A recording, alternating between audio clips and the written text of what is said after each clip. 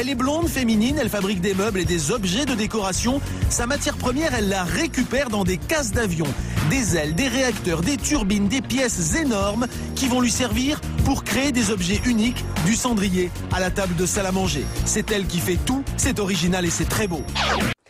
Bonsoir à tous, soyez les bienvenus sur le plateau de 100% Mag. Nous sommes le vendredi 17 octobre et on commence tout de suite avec le coup de cœur de l'émission ce soir. Coup de cœur pour une créatrice qui a une idée géniale. Elle s'appelle Agnès et un jour, elle a décidé de récupérer des morceaux d'avion pour en faire des tables basses, des cendriers, des lampes ou encore des dessous de plats. Vous allez voir, c'est très original, très résistant. Ça pourrait même inspirer Valérie Damido. Découverte de ces objets qui donnent des ailes avec Margot Seban. Oh là là là là. Oh, quelle merveille. Ouais, ben là, pour moi, c'est le paradis, quoi. Jardin d'Éden, j'en ai même des frissons. Il y en a qui vivent pour des bagues, moi je vis pour une aile d'avion. Ici, pas de bijoux, mais des avions d'exception. Agnès est fascinée et pourtant elle n'est ni pilote ni collectionneuse, elle est créatrice. Et j'ai repéré 2-3 trucs que j'adorerais avoir, mais j'espère que ça va être possible. Voilà. Ça c'est mythique, c'est une entrée d'air de Caravelle. Cette pièce de Caravelle n'est plus en fonction depuis près de 40 ans, mais Agnès a sa petite idée pour lui donner une seconde vie. Ça pour moi c'est une pièce exceptionnelle. On peut tout imaginer, une étagère murale, un bar, une table basse, enfin bon, là l'inspiration me vient. Ce genre de pièce, ça vient tout seul. Agnès Crépin crée des objets de la vie courante à partir de pièces d'avion. Des luminaires, des cendriers, des appliques murales, des tables et encore bien d'autres objets. Dans ce domaine, son imagination s'envole. Des réservoirs largables, on dirait des missiles. Ça, je vais en faire des canapés. Et là, on peut simplement prendre un plateau ovale ou rond, faire un trou sur le centre et hop, poser dessus comme ça. Et on arrive à une table basse ou une table un peu plus haute. Mais aujourd'hui, Agnès a de plus grands projets. Son rêve, c'est d'acheter une aile entière de Mirage 3, une pièce de collection.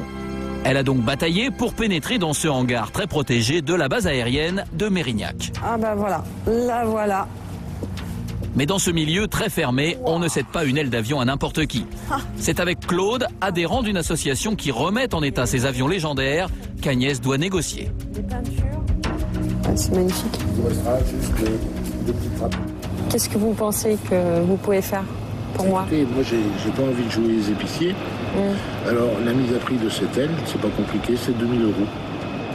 Il n'y a que le transport que je peux vous arranger, parce qu'il ne faut pas oublier que la bestiole fait quand même 700 kg. Et ça va pas être triste.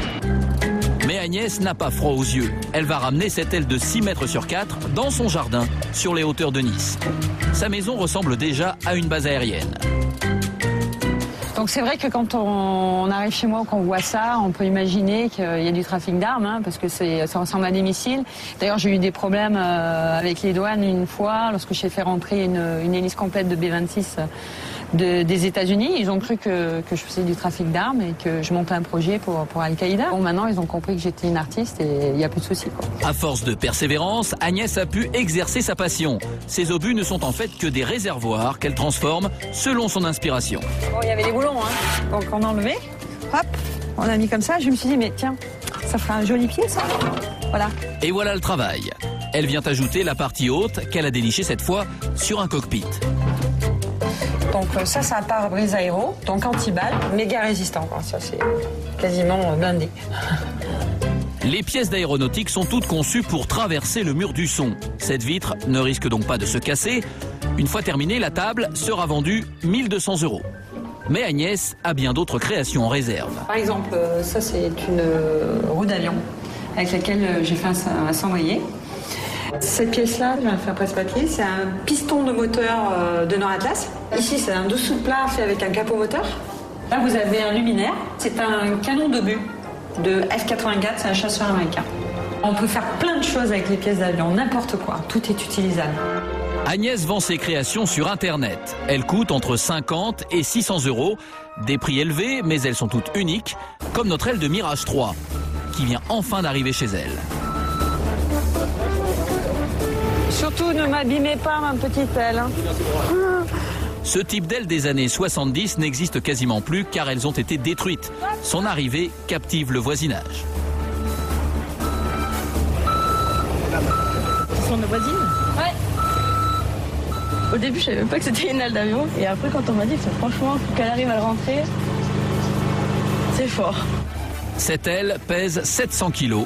C'est la plus grosse acquisition d'Agnès. C'est un peu plus encombrant, on va dire. Mais au moins, on peut pas me le voler. Avec un mari pilote et un beau-père bricoleur, Agnès peut en plus compter sur le soutien de ses proches. Texte. Pas tellement de place, finalement. Pour cette aile, ça va être une table de conférence monumentale, puisqu'elle pourra accueillir à peu près entre 25 et 30 personnes. Et donc là, la première étape va être le décapage, et puis ensuite ponçage, polissage. Le résultat qu'elle obtiendra, le voici sur un plus petit modèle. Agnès travaille depuis 1 mois sur cette table de conférence. C'est une aile montée sur des pieds qu'elle a dessinée elle-même.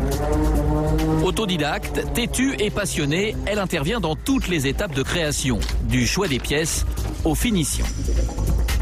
Là, on a une idée du travail crescendo, c'est-à-dire que voilà la partie une fois décapée, ensuite ici poncée et enfin polie. Voilà. C'est ce qu'on appelle l'effet polymiroir. Ça paraît fragile, on dit c'est brillant, etc. Non, pas du tout.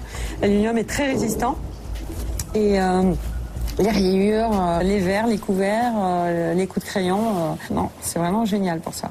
Ça, pas de problème, ça vieillit très bien. On va fêter ça ? Agnès réalise des œuvres inaltérables et uniques. Elle donne une seconde vie à ces avions mythiques et rend ainsi hommage à notre histoire.